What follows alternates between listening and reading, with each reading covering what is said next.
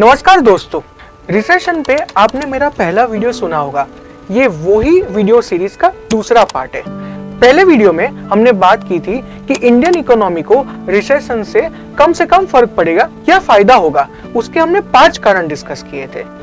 इस वीडियो में हम बात करेंगे कि इस रिसेशन के समय में ऐसा क्या करना चाहिए जिससे हम और आप रिसेशन से बच सके और हमारा फायदा हो सके। अगर आपने वो वीडियो ना देखा हो तो उसका लिंक मैं डिस्क्रिप्शन में डाल दूंगा, जिससे आप काफी इजीली वो वीडियो को एक्सेस कर पाए। आसान रखने के लिए इस वीडियो को मैं 3 हिस्सों में बांटना चाहता हूँ। पहला हो गया इन्वेस्टमेंट स्ट्रैटेजी माने निवेश स्ट्रैटेजी। दूसरा हो गया व्यावसायिक संदर्भ, मतलब प्रोफेशनल लाइफ पे इसके क्या इम्प्लीकेशंस है। और तीसरा हो गया मेरा और आपका निजी जीवन माने पर्सनल लाइफ। पिछले वीडियो से आपको याद होगा कि अगला दशक इंडिया का गोल्डन डिकेड हो सकता है। हमारे भारत का उत्पादन एवं सेवा क्षेत्र मैन्युफैक्चरिंग एंड सर्विस सेक्टर बहुत ही ग्रो करने जा रहा है। पिछला दशक टेक्नोलॉजी का दशक था, अगला दशक टेक्नोलॉजी और मैन्युफैक्चरिंग का दशक होने जा रहा है।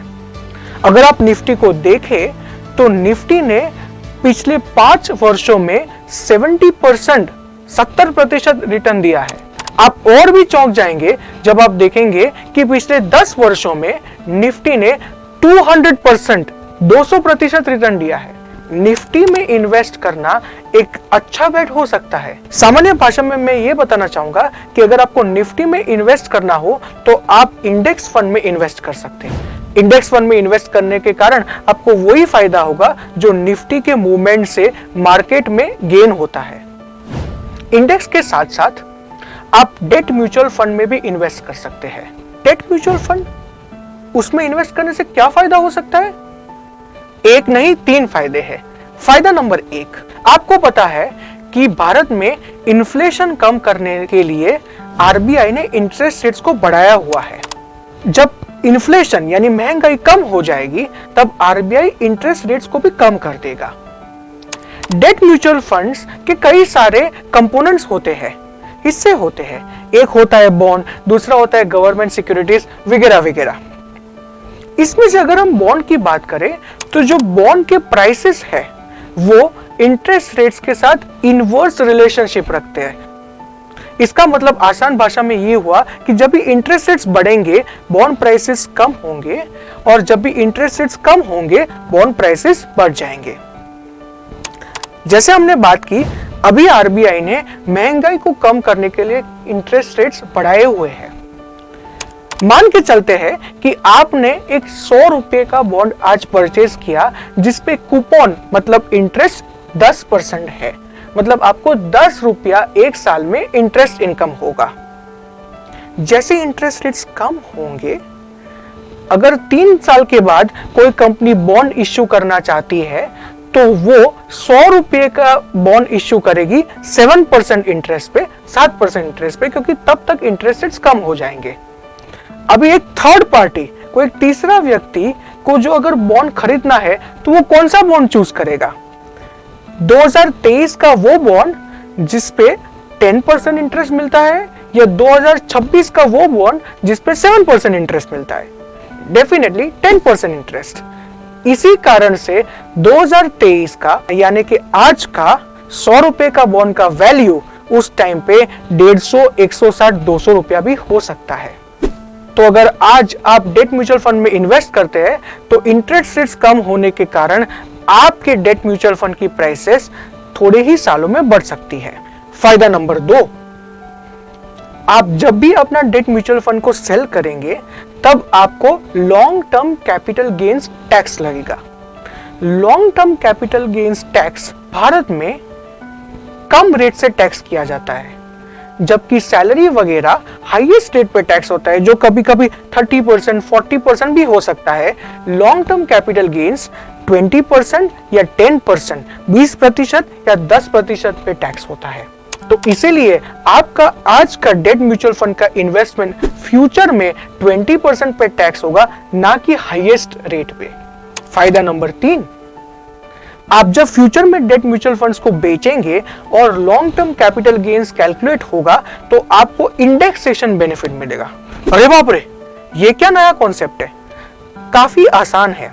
आपको पता है कि महंगाई के कारण हर एक चीज की कीमत बढ़ती रहती है।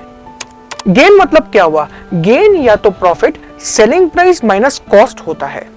आपका जो बॉन्ड आज आपने 100 रुपए में खरीदा है, वो अगर आप 10 साल के बाद बेचते हो तो वो 100 रुपए का नहीं रहेगा। अगर 5% महंगाई मान के चले हर एक साल का, तो अंदाजित 160 रुपए का हो जाएगा। तो आपके बॉन्ड की कॉस्ट 160 गिनी जाएगी और उसी के कारण आपका प्रॉफिट कम दिखेगा और उसी के कारण आपका long term capital gains tax कम लगेगा। तो इन 3 कारणों से आज अगर आप डेट म्यूचुअल फंड्स में इन्वेस्ट करते हैं, पर गौर कीजिएगा लंबे समय तक इन्वेस्ट करते हैं, मतलब 10-12 साल तक इन्वेस्ट करते हैं, तो आपको निश्चित तरीके से फायदा हो सकता है। इस वीडियो के जरिए मेरा उद्देश्य आपको भारत के अर्थतंत्र में होते बदलाव की तरफ अवगत करना है, ना कि इन्वेस्टमेंट एडवाइस देना।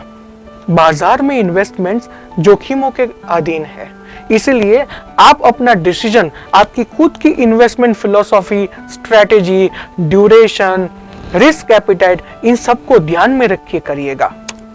दूसरी ओर अगर व्यवसायिक जीवन की बात करें तो बहुत सारी चीजें सामने आती है। रिसेशन के कारण गुड्स और सर्विसेज की डिमांड कम हो रही है। डिमांड कम होने से कंपनीज की प्रॉफिटेबिलिटी इंपैक्ट होती है। प्रॉफिटेबिलिटी कम होने के कारण से कंपनीज सैलरी इंक्रीमेंट्स कम देती है, प्रमोशंस कम देती है, कभी-कभी ले ऑफ भी कर सकती है। इसीलिए रिसेशन के टाइम पे आपको इंट्रोस्पेक्ट करना चाहिए कि आप अपने आप को अगले 5 साल में कहां देखना चाहते हैं और उसके अनुसार आपको स्किल बिल्डिंग पैरेलली करना चाहिए। रिसेशन का साल वो बेस्ट साल है जिसमें आप एक अपना साइड हसल शुरू कर सकते हैं। इसके बारे में डिटेल में किसी और वीडियो में बात करेंगे। तीसरी ओर जहां निजी जीवन की बात आती है, वहां आपको मैं 2 छोटी-छोटी एडवाइसेस दूंगा। एडवाइस नंबर 1, जो बड़े खर्चे हैं जैसे कि घर लेने का खर्चा, गाड़ी लेने का खर्चा, वो शायद हम कुछ समय के लिए फ्रीज कर सकते हैं, क्योंकि जैसे हमने पहले बात की, इन्फ्लेशन महंगाई को कम करने के लिए आरबीआई ने इंटरेस्ट रेट्स बढ़ाए हैं। जनरली मैं और आप ये सारे खर्चे फाइनेंसिंग, लोन, बोरोइंग से करते हैं और इसका कॉस्ट अभी बढ़ा हुआ है। तो अगर हम ये डिस्क्रिशनरी एक्सपेंडिचर मान ले, ये खर्चा अभी ना करे तो चल सकता है, वैसा मान ले, तो इसको हमें एक बैक सीट देना चाहिए। दूसरा, आपके सेविंग्स को डिसिप्लिन कीजिए, रिकरिंग डिपॉजिट्स बनाइए, एसआईपीस कीजिए, क्योंकि सेविंग्स और इन्वेस्टमेंट्स ये ऐसे टूल्स है जो आपको सारे फ्यूचर रिसेशन से प्रूफ रख सकते हैं। सारांश में, ये जो ग्लोबल रिसेशन है वो एक बहुत बड़ी अपॉर्चुनिटी है छोटे छोटे बदलाव लाने की। इस पे गौर कीजिए और आपका टू डू लिस्ट बनाइए।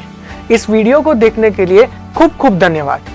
अगर आपको वीडियो अच्छा लगा हो तो चैनल को सब्सक्राइब कीजिए, ये वीडियो आपके फ्रेंड्स के साथ शेयर कीजिए, लाइक कीजिए, जिससे बहुत सारे लोगों को रिसेशन पे क्या 3 चीजों का ध्यान रखना चाहिए और रिसेशन का कैसे फायदा उठाना चाहिए वो पता चल सके।